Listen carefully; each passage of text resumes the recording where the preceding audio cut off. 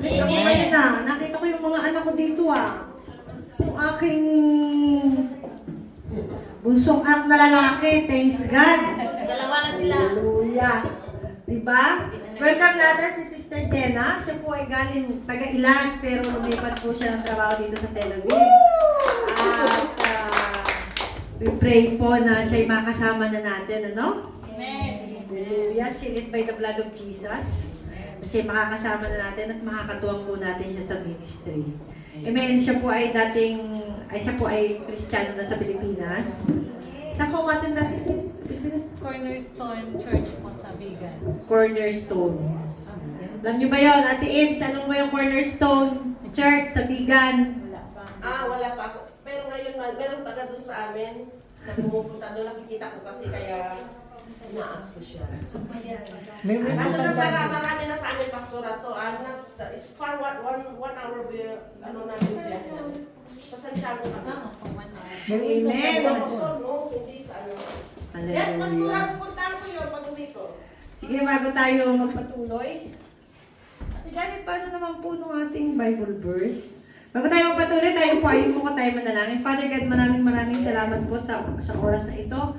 Pinupuri ka namin, pinasasalamatan at pinatakila. Salamat po sa kabutihan mo sa buhay ng bawat isa. Salamat po, Panginoon, na ikaw ang nagdala ng kanilang mga paa sa lugar na ito. Even though kami ay iilan, Panginoon, maraming salamat po, Panginoon. Pagpalain mo po, Panginoon, yung mga kapatid namin na hindi nakadalo ngayong gabi. Panginoon, o God, dalangin po namin na sila ay makasama namin next week. At sa lahat ng mga nandito, Panginoon, pagpalain po ang kanilang mga tenga, Panginoon, o God, at maunawaan nila ang mensahe mo ngayong gabi, Panginoon. Huwag mo pong hahayaan na ang bawat isa ay lalabas sa pintuan nito na hindi nila nauunawaan kung ano ang mensahe mo, Panginoon. Kaya sa gabing ito, O Diyos, itago mo po ako sa likod ng iyong cross. At tanging boses mo lamang po, Panginoon, ang marinig ng mga tao, Panginoon, o God, at hindi po ako, Panginoon. Patuloy, O Diyos, na ako'y nagpapakumbaba sa inyong harapan. Without you, ay cannot do nothing, Panginoon. Salamat po, Banal na Espiritu, na ikaw ang kasama namin sa oras na ito. In Jesus' name. Amen. Ang ganda-ganda po ng word ng Lord ngayong gabi. Dahil, parang nakasyata naman. Tapos na po ang 2024. At ngayon ay 2025 na. Amen. Ano ba yung mga itinrade in natin? Sa pagpasok ng New Year, meron ba tayong tinrade in? Na mga nangyari o ginawa natin noong 2024? Meron ba tayong mga dapat i-trade in, mga dapat palitan, ipagpalit noong 2024? Yung patamaran, maging masipag na. Bawal ang tamad. Bawal ang tamad. Mga kapatid, ang word ko ngayong 2025 is a year of breakthrough. Amen. Amen. At natutuwa ako dahil sa lahat ng mga kakilala kong mga pastor na nagpo-post sa Facebook ay isa lamang po yung kanilang pinopost. This year is a year of breakthrough. Gusto ba natin yon? Amen. Amen, di ba? Nakaharap po natin yun. Sabi doon ay year of breakthrough. Kailangan maka-breakthrough tayo. Kung noong last year walang nangyari sa atin, hindi natin napansin na pinagpapala ng Lord, dapat this year meron tayong makita. Amen? Yung mga bagay na hindi natin nakikita, dapat makita natin ngayong taong ito. Amen. Amen? This year, lagi natin i-declare, lagi natin i-confess, Lord, this year is a year of breakthrough in my life. Ano po yung kailangan magkaroon ng breakthrough sa buhay natin? Ano yung mga ipinapanalangin natin? Every day na tayo mananalangin, lagi natin i-declare yung breakthrough. Yung aking panganay ay nagkukwento po siya, marami po siyang mga plano sa buhay.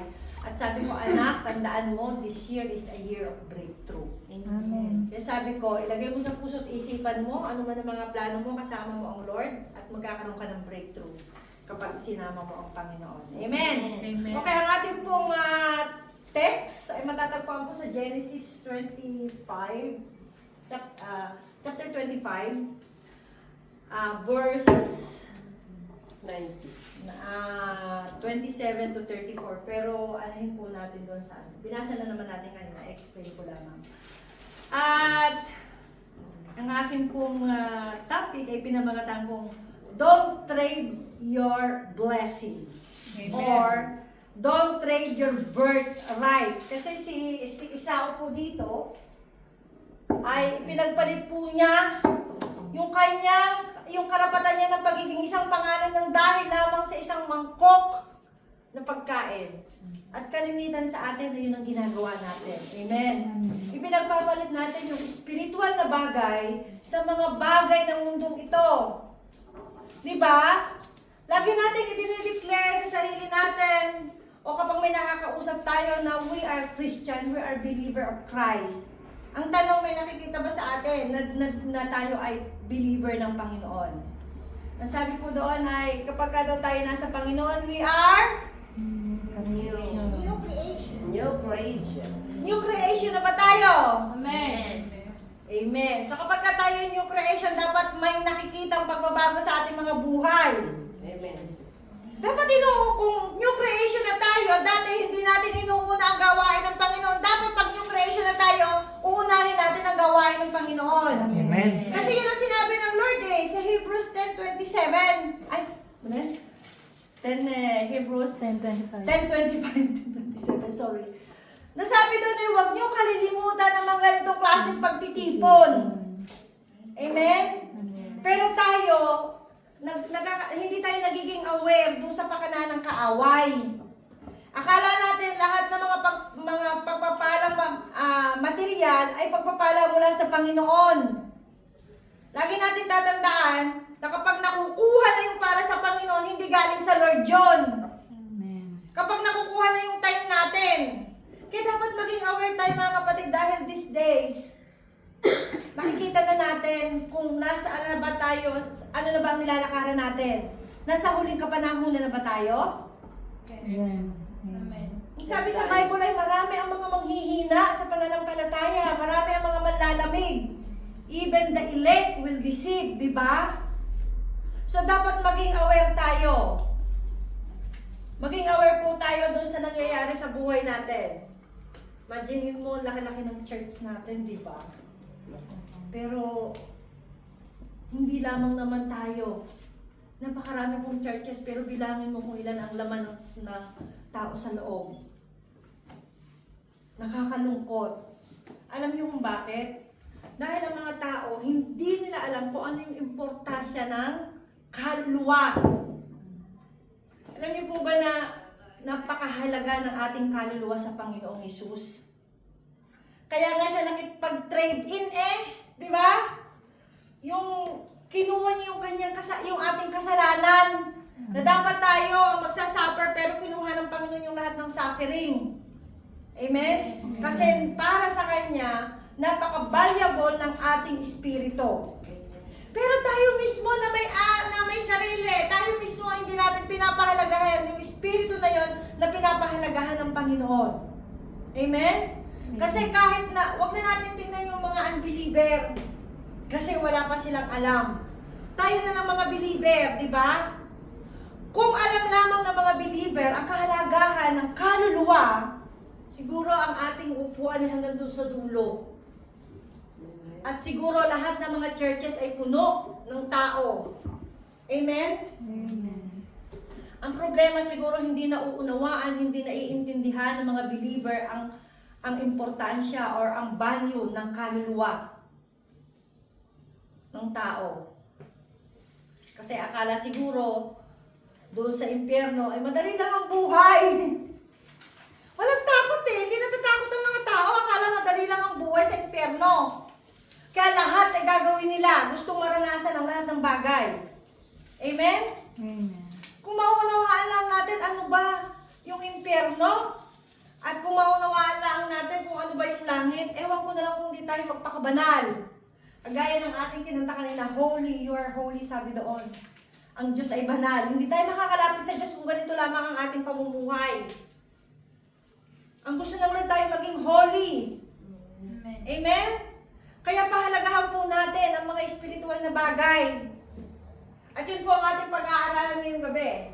At ang ating pag-aaralan ay patungkol sa magkapatid na si Jacob at saka si Esau. Di ba? Si Jacob at saka si Esau, nung nandun pa lang sila sa loob ng tiyan ng kanilang ina, nag-aaway na. Imagine mo yung dalawang bata wala pang alam sa mundo. Nag-aaway na kung sino yung mauna. At si Jacob talaga supplanter, di ba? Nakahawak siya nung nilabas sa sinapupunan ng kanyang ina, nakahawak doon sa sakong ng kanyang kapatid dahil gusto niya siya yung mauna. Imagine mo, kasi sabi ng Lord, before the foundation of the world, I choose you. Di ba sabi ng Panginoon? Pinili ko na kayo bago pa nilalang ang mundo. At sa pagkapili na yun, alam ng Lord kung ano mangyayari. Si Jacob nga, alam na niya kung ano mangyayari. Nasa sinapupunan pa lang siya ng kanyang ina. Ang gusto niya siya ang maging panganay. Alam niyo kung bakit? Kasi laki ng benepisyo ng isang panganay dito sa Israel. Yes. Pero si Esau na binigyan ng Panginoon ng pagkakataon na maging panganay, hindi po niya pinahalagahan ang kanyang pagiging panganay. Tayo na binigyan ng Panginoon ng opportunity na maging Christian at makilala siya, nagpakilala sa atin ng Panginoon. Napakarami ang hindi nagpapahalaga. Amen? Tandaan niyo mga kapatid, ang sabi po sa Matthew 16:16, ang sabi na doon, napakaganda po nito.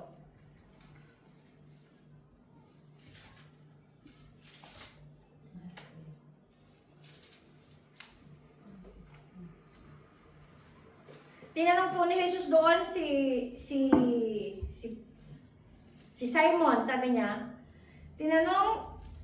basahin ko muna, nang dumating si Jesus sa bayan ng Caesarea ng Pilipos, tinanong niya ang kanyang mga alagad, sino raw ang anak ng tao ayon sa mga tao? At marami ang sumagot doon, di ba? Sabi, may sumagot na ang sabi, ikaw daw ay si Juan taga-bautismo, ikaw ay si Elias, may nasasabi ikaw si Jeremiah, so isang propeta. Pero ito po yung napakaganda. Tinanong ulit sila ni Jesus, ngunit para sa inyo, sino ako? Sabi niya, sumagot si Simon Pedro, kayo po ang Kristo, ang anak ng Diyos na buhay, sabi ni Simon. Amen. Alam niyo po ang sabi ng Panginoon, sabi niya, sinabi sa kanya ni Jesus, pinagpala ka Simon, na anak ni Jonas, sapagkat ang katotohanan ito'y hindi inihayag sa iyo ng sino mang tao, kundi ng aking Ama na nasa langit. Nakilala natin ang Panginoong Hesus dahil ang nagpakilala sa atin sa Panginoong Hesus ay ang ating Ama na nasa langit. Amen. Amen? Na napakaliwanag, hindi daw. Sino mang tao, hindi si Ate Itz, hindi si Ate Mabel, hindi si Sister Jenna ang nagpakilala sa iyo. Kaya wala tayo may pagmamalaki, hoy. Kaya ikaw ay nandiyan sa church na yan dahil sa akin dinala kita. No! Napakaliwanag na sinabi dito. Mapalad ka, Simon Pedro. Sabi niya, dahil ang aking Ama ang nagpakilala sa iyo sa akin, di ba? Kaya wala tayo may pagmamalaki. Hindi natin pwede sabihin, oy, Evelyn Limon, ikaw ay lumago, ikaw ay naging pastora dahil sa akin, dahil dinala kita doon, pinakilala ko sa iyo ang Panginoong Hesus. Mali po. Kaya pinagpala tayo na talagang pinili tayo. We are chosen generation. Yes. Amen? Amen. Imagine mo yung we are chosen. Ang ating Ama mismo ang pumili sa atin. Siya ang pakilala sa atin sa Panginoong Hesus. Kaya pahalagahan natin yung bagay na yon ng pagkapili at pagkatawag sa atin. Amen? Kaya ngayong 2025, lagi natin i-declare, Lord, salamat dahil pinili mo ko, tinawag mo ko, ikaw ang nagpakilala sa akin sa Panginoong Hesus. Tulungan mo po ako magkaroon ako ng breakthrough. Lord, gusto kong lumago. Sa ang aspeto ng paglago ang gusto ninyo? Yung mga leader ng mga vision na hinihingi ko sa inyo, 3 pa lang ang nagpasa sa akin, ha? 2025 na. 2024 ko pa sinabi sa inyo yan, ha? 1 year na. Bakit ko sinabi sa inyo gumawa kayo ng vision? Para meron kayong lalakaran sa pagiging leader ninyo. Amen? Diba parang ang pangit na tanong, ito sana i-page ko about sa vision. Ang pangit noong wala kang nakikita. Ano ba yung vision? Ang vision yung nakikita. May nakikita ka. Diba? Pumikit ka. Diba? Puro dilim ang nakikita mo. Kailangan may makita kasi hindi mo nakikita. Amen. Kaya kayo ay pinapagawa ko ng vision. 3 pa lang ilang kayong mga leader. 3 pa lang kayo na nagawa ng vision. So, tandaan po natin, ano sinabi ni Sister kanina, nung nag-pray tayo, sino tumawag sa inyo dito? Si Lord, di ba? So, kaya gagawin niyo yung vision ninyo, hindi para sa akin. para makita ninyo kung ano yung lalakaran ninyo bilang isang leader. Okay, balik tayo. Sabi dito, so hindi po pinahalagahan ni Isao yung kanyang pagiging panganay. Lumaki ang mga bata, naging mahusay na mangangaso si Isao at sa kaparangan na halos tumitira. Tingnan nyo si Isao, sa kaparangan na tumitira, wala na siyang time mag-pray. Wala na siyang time mag-worship. Wala na siyang time makipag-usap sa Lord. Bakit? Siya ay busy sa pangangaso. Ganun ba tayo? Kagaya ba tayo ni Isao? Busy tayo sa pangangaso?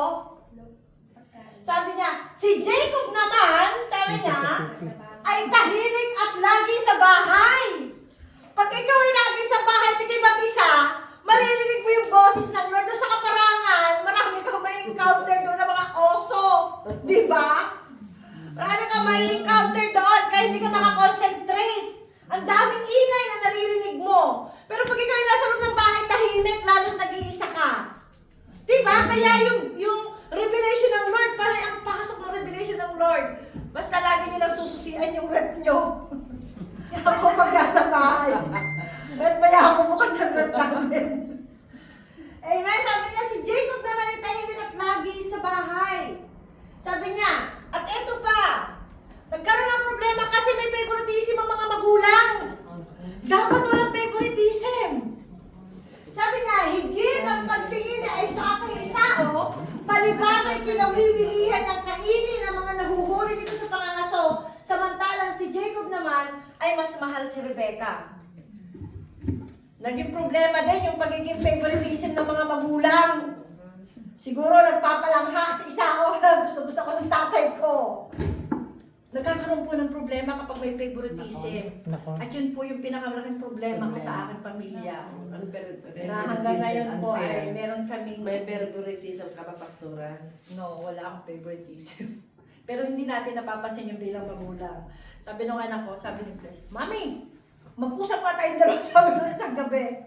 Mas matanda ako kay Elisha. Bakit siya lagi mong pinapaboran ako? Hindi. So makikita natin, di ba? Nang dahil din sa favoritism, nagkaroon ng problema. Amen? Sabi niya, minsan si Jacob ay nagluluto ng sinabawang pulang patani. Siya naman pagdating ni Isao mula sa pangangaso. Tingnan niyo dahil pagod na pagod si Isao. Pagod na pagod siya sa kung ano-anong ginagawa sa mundong, doon sa kagubatan. Kaya pag uwi niya ng bahay, siyempre, gutom na. Ito naman si Jacob, dahil nasa loob ng bahay, hindi siya nagugutom kasi andun yung rep di ba? Maya siya nagbubukas ng rep. So sabi dito, minsan si Jacob ay nagluluto ng sinabawang pulang patani. Siya naman pagdating ni Isao mula sa pangangaso. Sinabi niya, gutom na ako, bigyan mo naman ako niyang mapulang niluluto mo. At dahil dito itinawag siyang Edom, dahil mapula, Adom. Red Yan, beans. pakita sa mga po. Oo. So, Edomites. Sumagot si Jacob, ibigay mo muna sa akin ang iyong karapatan bilang panganitin niyo ha. Supplanter talaga si Jacob ha. Sabi niya, Sigurista. sumagot si Jacob, ibigay mo muna sa akin. Alam niyo kung bakit? Napag-aralan ni Jacob kung ano ang kahinaan ni Isao. Ang kahinaan ni Isao ay ang kanyang tiyan. Kaya tayo ay pinagpapasting. Dahil baka dumating yung time, maging ganito tayo, ang kahinaan natin yung tiyan natin. Di ba? Nakita ni Jacob. Sabi itong kapatid ko ito, matakaw to konting gutom lang dito. Ano man ang hingin ko, sigurado ibibigay ito sa akin. Napag-aralan ni Jacob si Isao, hindi niya napag-aralan si Jacob kasi lagi nasa bahay si Jacob. Si Isao lagi wala sa bahay. At kapag tayo ay hindi nakakapanalangin, alam na natin kung anong kalaban natin, di ba? Ang demonyo, sabi niya, is like a roaring lion. Di ba? Naghahanap siya ng masisila. Kaya dapat maging aware tayo. Amen? To God be the glory doon sa mga intercessor dyan. Morning and evening, talagang merong devotion. Amen. Amen. Merong pang alas 3 pa lamang, nandun na sa 24 hours. Di ba? Nagkaibigan Glory. So sabi niya, payag na ako, sabi ni Isao. Tingnan niyo, sabi niya, aanhin ko pa ang pagiging panganay kung mamamatay naman ako sa gutom. Narinig ko na ito eh. Hindi sa mga unbeliever, mismo mga nasa loob ng church. Ano ang katulad ng mga tao? Bakit wala sa loob ng church? Nasa patay. Eh kasi marami akong bayarin eh. Eh kasi may anak akong pinag-aaral. Eh kasi may babayaran ako. Eh kasi kailangan ko magpadala sa Pilipinas. Do you think yung kikitain ninyo hindi kaya i-provide ng Lord? Kung makita ka ng Panginoon, ang Diyos ay hindi sinungaling sa kanyang mga pangako. Pag sinabi ng Lord na pagpapalaan kita. Pero may susi mga kapatid sa mga pagpapala. Sabi sa Matthew 6:33, ano yun? Seek Ye ye first first the kingdom of God. and all these Yun ang things. susi sa pagpapala eh. Seek you first. It's true. Hanapin mo ang aking kalooban. Di ba? Anong kalooban ng Diyos? Kalooban ba ng Diyos tayo pumunta sa simbahan? Amen. Tayo mag-church. Amen. Amen. Hanapin daw natin ang kalooban ng Diyos. At dito sa loob ng simbahan, dito marami tayong natututunan. Natututo tayong makipagkapwa-tao. Di ba? Ang mga Israelita, ang problema lang sa kanila yung hindi sila marunong makipagkapwa-tao eh. Makasarili sila. Kaya dapat dito sa loob ng church marami, nahuhubog tayo, di ba? Amen. Natututo tayo. Di ba? Kaya, maging excited tayo lagi na pumunta sa church dahil lagi kong sasabihin at lagi kong papaalala sa inyo, ang church ay glimpse ng langit. Diba? Ano yung glimpse? Isang sulyap ng langit. Isang sulyap lang yon. Eh dito nga hindi natin magawa at may bigay ang the best natin. How much more doon sa langit? Makakit pa kaya tayo sa langit? Pagka nga magwa-worship pa sabi, tumalon! Sabi niya. Sabi, tumalon eh. Sabi, ipalakpak ang kamay. Diba? Doon pa lamang napaka-disobedience na. How much more doon sa ibang mga bagay, diba? Pero hindi tayo yun, ha? Saludo ako sa inyong lahat talaga. Talagang grabe kayo, ha? Imaginin mo hanggang araw-araw yung ginagawa ninyo. Kahit to God be the glory, salamat sa Panginoon sa internet. Amen. Dahil talagang Poetry, ah. wala nang time sa araw, pero pagdating ng gabi, talagang nagpupuyat kayo. At ang sabi sa Bible ay meditate my word day and night. At talagang kayo yun, ha?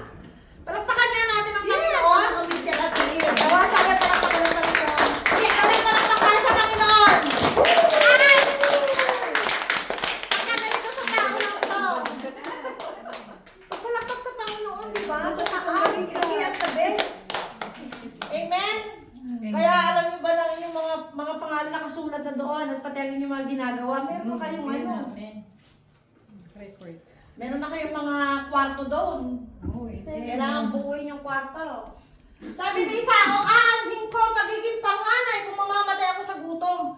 Doon pa lang sa sinabi niya, aanhin ko naman ang magsimba. Kung mamamatay naman ako sa gutom. Di ba? Nakakalungkot dahil wala siyang pagpapahalaga sa espiritual na bagay. Alam niyo, nung sumigdo yung matinding gera, habang nagpe-pray ako, nagtanong ako sa Lord, Lord, ano po ang nangyari, bakit nangyari ito sa Israel? Ang unang-unang word na na-receive ko, wala na silang pagmamahal sa Diyos. Pangalawa, hindi nila binibigyang halaga ang espiritual na bagay. Pangatlo, hindi nila binibigyang halaga ang araw ng Shabbat. At totoo yun, sa lahat na nangyari doon sa Nova Festival, di ba? Kung mahal nila ang Diyos, wala sila doon eh. Pangalawa, yun ay araw ng Shabbat. Simchat Torah pa, no? Yun yung araw na ibinigay yung Torah. Di ba? Bakit hanggang ngayon napakatagal? Lagi ako nagtatanong sa Lord, Lord, bakit ang tagal-tagal? Kasi kapag may nakikita akong sundalo na namamatay, parang binibiyak ang puso ko. At dinala ko ng Lord sa Book of Amos. Diba yung kasalanan ng Israel? Kita natin, diba? merong mga Israelita nagbalik loob sa Panginoon. Meron pa akong napanood na sila, mga American Jew, na ang testimony nila, Ate Janet, ay nung nangyari yung October 7, doon lang nila na-realize talaga na wala silang pagmamahal sa Diyos. Nawala na yung pagrespeto nila sa mga spiritual na bagay. At especially yung Shabbat, hindi na talaga nila nire-respeto ang Shabbat. At nagbalik loob sila sa Panginoon. To God be the glory. Amen? Pero marami pa rin yung hindi pa rin nagbabalik sa Panginoon. Kaya patuloy pa rin natin silang ipanalangin. Sabi ni Jacob, dahil alam ni Jacob yung kahinaan ni Esau, sige, pakakainin kita, sumumpa ka muna na ibibigay mo sa akin ang ang pagiging panganay mo. Diba sabi doon? Kung gayon, sabi ni Jacob, sumumpa ka muna. Sumumpa nga si Esau at ibinigay kay Jacob ang karapatan ng pagiging panganay. O binigay niya, kasi hindi po alam ni Esau ano ang kahalagahan ng birthright. Alam niyo po, sabi dito, in-research ko po yung importance ng birthright. Sabi niya, in Jewish law, the firstborn receive an inheritance double the size of his brother. 2 portion ng blessing ang mapupunta sa kanya. Matatagpuan po natin sa Deuteronomy 21:17. Sabi niya doon, firstborn human or animal were considered sacred to God. So, ibig sabihin yung pong birthright na binaliwala ni Esau ay sacred sa Panginoon. Yung pagiging firstborn, yung pagiging panganay ay napaka-halaga sa Panginoon. Pero binaliwala ni Esau, di ba? Kaya nandun pa lang sa loob ng tiyan si Esau at si Jacob. Nag-aaway na sila kung sino ang maunang lumabas. Dahil si Jacob talagang pinagpala, di ba? Nasa kanya ang pangako. Sabi niya doon, in biblical days, the birthright of the eldest son gave him authority over everyone in his family. So sabi niya, yung eldest son daw, nasa kanya yung lahat ng authority ng buong pamilya. Kumbaga siya yung pinaka-head na. Kaya kung mapapansin natin pagdating ng mga Israelita ng 13 years old, di ba? Yung tinatawag na bar mitzvah. Ipinapakilala doon, ito yung aking anak. Meron na siyang karapatan, di ba? Yung kumbaga parang matured na siya. Ang mga babae ay 12, ang mga lalaki ay 13. At malaking celebration po ang ginagawa kapag nagbabar mitzvah sila, di ba? Andun sila, tinuturuan sila magbasa ng Torah, nag-aaral na sila ng Bible. Pinagbabasa na sila doon sa loob ng synagogue. Ang tagal nga pagka nag-aano sila, ilang oras sila doon sa loob ng synagogue, nagbabasa ng Bible. Tinuturuan sila magbasa ng Bible. Pagdating nila ng 13. So napakahalaga po, sabi dito ay sacred daw sa Panginoon yung pagiging panganay. At si Esau po, Ate Janet, pakisuywa po. Ay si Esau po ay binaliwala lang. Kung ang pagiging panganay ay napakahalaga sa Panginoon, ibig sabihin sa atin din, yung spiritual na bagay napakahalaga sa Panginoon. Lahat ng ginagawa natin para sa Panginoon, yun po ay banal, yun po ay mahalaga sa Panginoon. Kung ito yung ino-offer natin sa Kanya. Amen? Kaya huwag tayong magpatamad-tamad sa lahat ng pinapagawa ng Panginoon sa atin. Amen? Dahil lahat ng ginagawa natin sa Panginoon, yun ay mahalaga. Huwag tayong bumawaya kay Esau. Sabi niya dito, aanin ko ang pagiging panganay. Kung mamamatay naman ako sa gutom, aanin ko ang pagiging panganay kung ang aking pamilya doon sa Pilipinas ay nagugutom. Tandaan natin mga kapatid, as long as na nagsiserve kayo sa Panginoon, hindi pababayaan ng Panginoon ang pamilya natin sa Pilipinas. Amen. Hindi niyo napapansin, as long as na nagsiserve tayo sa Panginoon, ginagawa natin ang kalooban ng Panginoon sa ating buhay, ang ating pamilya may covering, di ba? Yes. Amen. Walang nagkakasakit, meron ba? Di ba? Walang nagkakasakit. Walang mga magnanakaw, di ba? Amen. Walang mga sakuna na dumadating sa ating pamilya. Amen. Kasi nandun ang covering ng Panginoon. Yes. I remember po, gusto kong i-share ito sa inyo, na hiwalay kami ng asawa ko.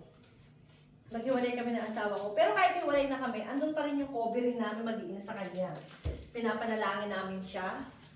Every night ay nagkakaroon po kami ng every night po ay meron kaming devotion, isinasama namin siya. Pero one time, nalaman ko na gumagawa na naman siya ng hindi maganda. At nung time na yun, sabi ko sa kanya, tinatanggal ko na ang payong ko sa iyo bilang asawa mo at bilang pastora mo. Alam niyo po, nung araw na yon na sinabi ko na tinatanggal ko na yung payong ko sa iyo, yun yung araw na yon na siya ay inatake. At napakatindi po, talagang yung nangyari sa kanya ay halos hindi siya nagkaroon ng chance na tumawag sa Panginoon. Yung covering ng Panginoon, napaka-importante sa atin. Kaya nga meron tumawag sa akin na sabi ko, huwag kang aalis sa payong ng Panginoon. Sabi ko sa kanya, kahit anong ginagawa mong kasalanan, huwag kang aalis sa payong ng Panginoon. Diba sinabi sa Ezekiel, na kahit gumagawa ka ng kasalanan, huwag kang aalis sa payong ng Panginoon. Kasi yung covering, nandoon pa rin. Pag umalis tayo sa payong ng Panginoon, napakarami ng mga mangyayari sa atin. Diba? Kagaya ng nangyari kay Isao. Nasaan na ngayon ang mga Edomites? Wala na, di ba? Nawala na. Pero si Jacob, ang Israel, asa ng Israel? Ayan. Hanggang ngayon, di ba? Pero ang pangako ay nasa panganay. Kaya lang, hindi niya pinahalagahan ang pagiging panganay. Tayo bilang Kristiyano, nasa atin ang pangako ng Panginoon. Amen? Sabi sa Romans, kapag tayo nananampalataya sa Panginoong Hesus, we are seed of Abraham. Tayo daw ay mga seed ni Abraham kung tayo nananampalataya sa Panginoong Hesus. Amen? Paano tayo si Jacob na panganay? Kaya huwag natin baliwalain ang pagtanggap natin sa Panginoong Hesus. Huwag natin baliwalain. Amen? Lagi nating isipin, ano bang ginawa ng Panginoong Hesus doon sa cross? Tandaan natin yung Matthew 16:16. Huwag natin kakalimutan yung Matthew 16:16. Wow! Lord, salamat dahil ikaw po, Ama, ang nagpakilala sa akin sa Panginoong Hesus. Imagine mo kung gaano tayo pinagpala. Hindi ang tao ang nagpakilala sa atin sa Panginoong Hesus, kung hindi ang Ama na nasa langit. Amen. Ibig sabihin talagang tinatakan ka na. At tandaan natin, pagharap natin sa Panginoon, ang hahanapin sa atin ay tatak ng banal na espiritu. Kung wala kang banal na espiritu, di ka makakapasok. Amen! Sasabi doon. Ibinigay naman, sabi niya, kung kaya sabi ni Jacob, sumumpa ka muna. Sumumpa ka sa Isao dahil sa wala siyang alam. Kapag wala tayong alam na Bible, patungkol sa Bible, tayo ay magiging kagaya ni Isao. Wala siyang alam, sabi doon. Sumumpa nga sa Isao at ibinigay kay Jacob ang karapatan ng pagiging panganay. Kaya sinabi sa Bible sa Joshua, meditate my word day and night para malaman natin. Amen? Kung ano ba yung mga nangyayari sa atin. Malaman natin yung mga pangako ng Panginoon sa atin. Napakarami pong pangako ng Lord sa atin. 8,000 promises sa Bible. Ang dami. Meron kaya tayong isang word na na-receive doon na pangako ng Diyos na nilalakaran natin ngayon? Amen. Lagi natin i-declare, Lord, ito yung pangako mo sa akin. Alam niyo, meron akong na-receive sa Lord na word. Hindi pa ako biyuda. May na-receive na ako, Ate Janet, na word na biyuda, sa pagiging biyuda.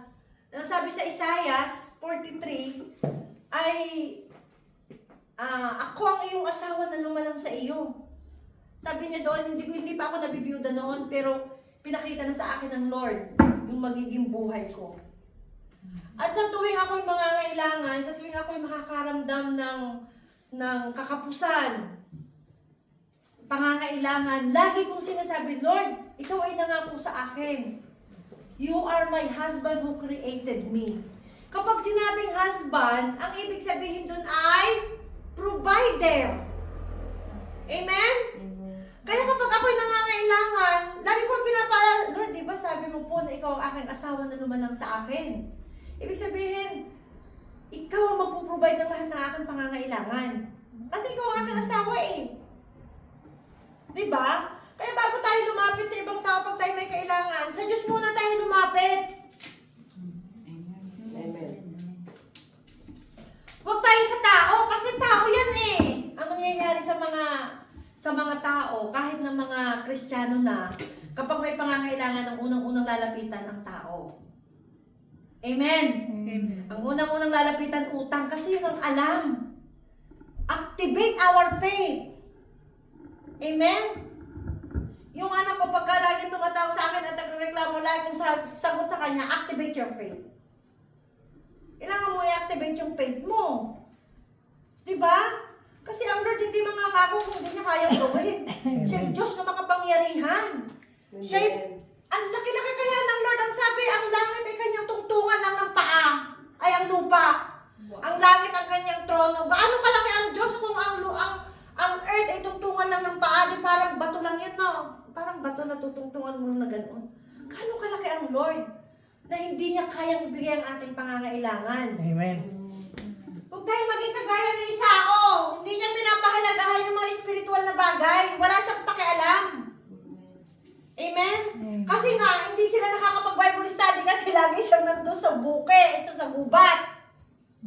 Diba? Sabi doon, lagi daw nasa gubat. Lagi siyang busy. Ang daming pinagkakabisihan. Amen? Huwag natin gagayahin si Isao na lagi tayong busy. Bigyan natin ng time ang Lord. Amen. Manalangin tayo. Mag-ask tayo sa Lord. Lord, ngayon 2025, ano po yung word mo sa akin? Ano po yung revelation mo sa akin ngayong 2025? Lord, ano po yung gusto mong ipagawa sa akin ngayong 2025 na hindi ko nagawa ng 2024? Lord, tulungan mo po ako na maging excitement palagi sa lahat na yung pinapagawa mo sa akin. Amen? Sabi niya, ibinigay naman ni Jacob kay Esau ang niluto niyang gulay, binigyan pa ito ng tinapay. May extra pa, may tinapay pa. Para nag-communion na. Sabi, yes! Akin na talaga ang magiging pangalan. Sige, mag-communion na tayong dalawa. Silyado na ito. Akin na talaga ito, di ba? Binigyan niya pa ito ng tinapay. Matapos kumain, uminom, umalis na kaagad si Esau. Ganun lamang. Diba? Ganun lamang ang ginawa niya. Wala siyang pakialam! Tapos na ako. Bye-bye! Wala siyang pakialam. Doon sa nawala sa kanya, hindi niya alam kung gaano kalaki ang nawala sa kanya.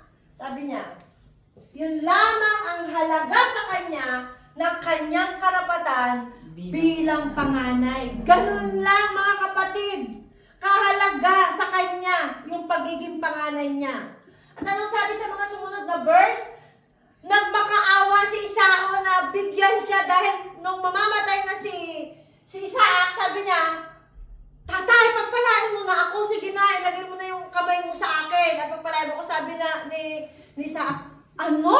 Hindi ba ikaw iyon? Wala na akong magagawa kasi napatungan na kita ng kamay. Sabi, hindi ako. Dahil si Isaac nung time na yon ay malabo na ang mata. Ang ginagawa niya, inaamoy niya na lang. Kasi amoy niya si Esau, dahil yung kanyang damit. Supplanter nga si Jacob. At ang nanay ay konsentidora, di ba? Promotor pa eh. Siya pa ang promotor. Hoy anak, narinig ko, pagpapalain na ng tatay mo siya ako ay si Esau. Unahan mo na. Kaya nagtataka si Isaac, sabi niya, anak, ang bilis mo namang nakahuli ng nakapanghuli sa gubat. Diba? Hindi niya alam na si Jacob yung ganun dapat tayo maging matalino tayo. Amen? May consequences. Matalino tayo. May consequences. It's okay, the consequences, lahat naman, good or bad, may consequences eh. Diba? At least ginawa mo yung pinapagawa sa'yo ng Panginoon. Maging matalino tayo, makipag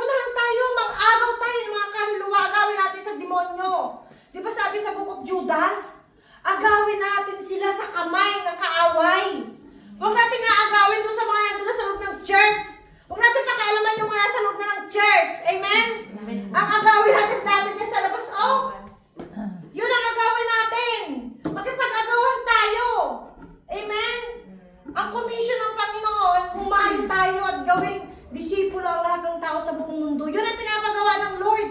Amen. Pero ang tao, nawiwili na. Walang ginawa kundi mag-scroll, inabot na ng umaga.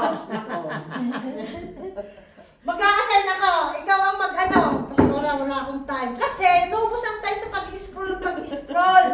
Alam na. Ng TikTok. Alam na, Liz. Alis na yung TikTok. Kaya mga kapatid, wag po tayong gumaya kay isa. Sabi po dito, Pinaladak mo ng TikTok. kapag ang ating kasalukuyang sitwasyon ang pinahalagahan natin, mawawala ang pagpapala ng Diyos para sa ating kinabukasan. Amen. Ang ganda talaga, di ba? Bless na bless ako nung maisip ko to. Nasabi doon ay, kapag ang ating kasalukuyang sitwasyon, at yun ang nangyayari sa atin, yung emotion na nararamdaman natin sa kasalukuyang sitwasyon, di ba? Kapag yun daw ang pinahalagahan natin, mawawala ang pagpapala ng Diyos para sa ating kinabukasan. Huwag nating pahalagahan yung sitwasyon, yung kasalukuyang sitwasyon natin. Marami ang nawawala sa simbahan. Bakit? Nagtatampo sila dahil kapag may narinig na pagkukurek, sasabihin ay pinatatamaan. Maraming nawawala sa loob ng simbahan, mga kapatid, yun ang nagiging reason. Ay ang sabi sa Hebrews, ang kanyang salita ay kagaya ng espada, magkabila ay talim. Amen.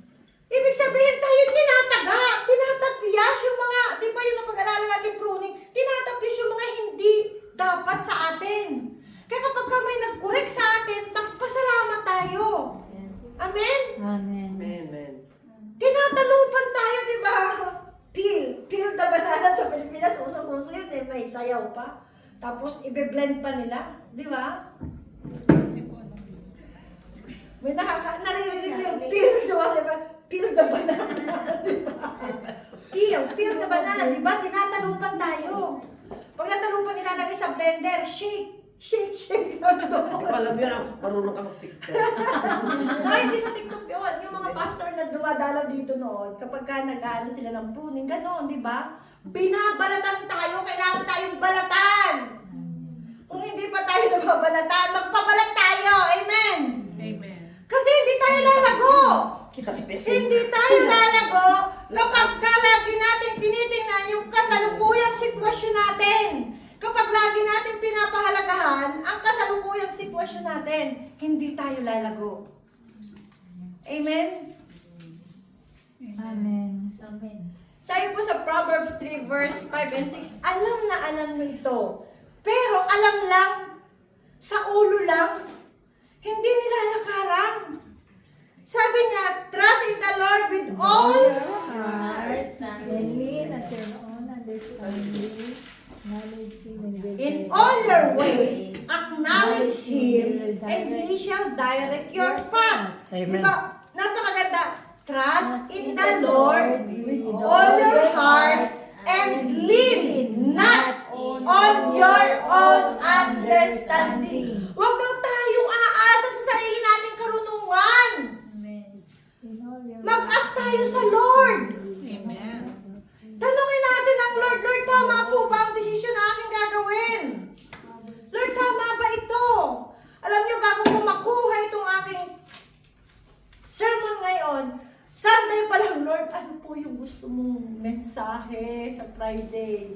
At pag dumating na ang Tuesday, wala pa ako, aligaga ako. Nung Tuesday ng gabi, nagbabasa ako ng Bible, sabi ni Pastor Alan, gising ka pa, Pastora? Sabi ko, hindi na ako natulog kasi kulang ako sa meditation. Kulang ako sa devotion ko, sabi ko sa kanya.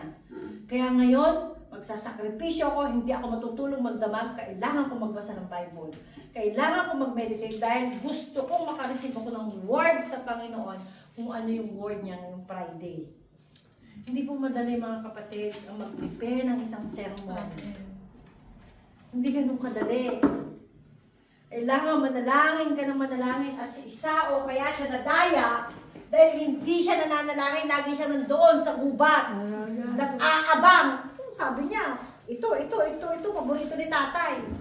Yung paborito ni tatay, pero hindi siya tumatawag sa tatay. Wala siyang relasyon sa tatay. Dahil kung meron siyang relasyon sa tatay, papahalagahan niya yung pagiging panganay niya. Amen? Wala siyang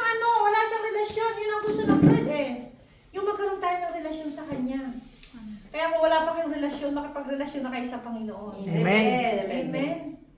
Paano ba nagkakaroon ng relasyon sa Panginoon? Read the Bible. Meditate His word. Sabi, hi love, kumusta ka na? Diba? Pero sa Lord kaya, nagagawa kaya natin yung palagi ganon? Ganon ang gusto ng Lord.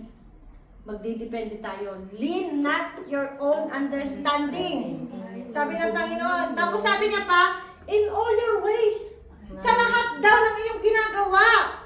I-acknowledge natin ang Panginoon at i-direct niya ang ating mga lakad.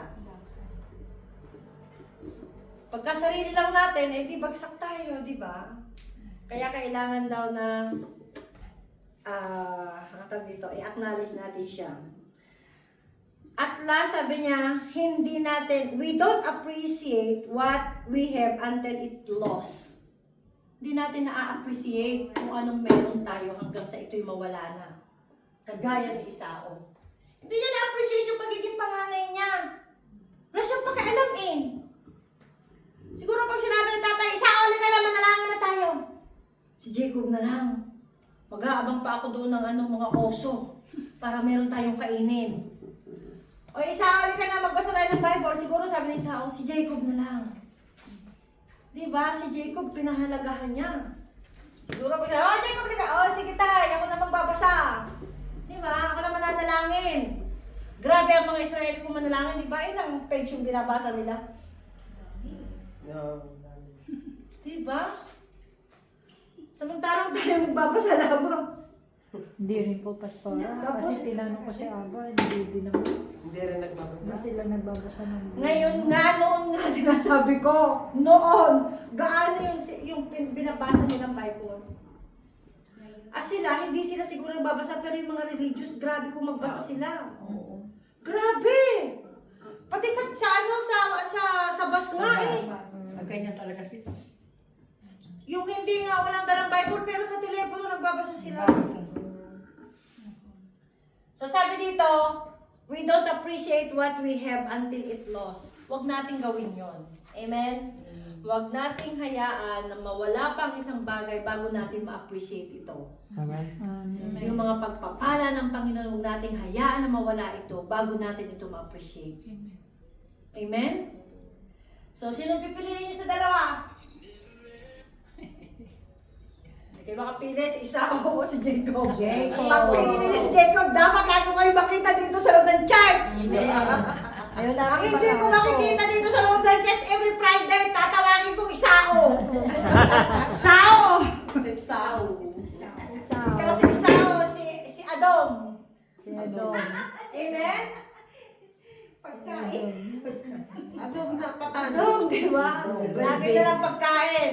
Itong- Sa New Testament, si Marta. Si Marta. Si Nagaluto. Marta, saka si Maria. O magkapatid din pala yun. Sinong gustuin mo? Si Marta, si Maria? Maria. Of course, kailangan din natin ng Marta, di ba? Pero wag naman laging Marta.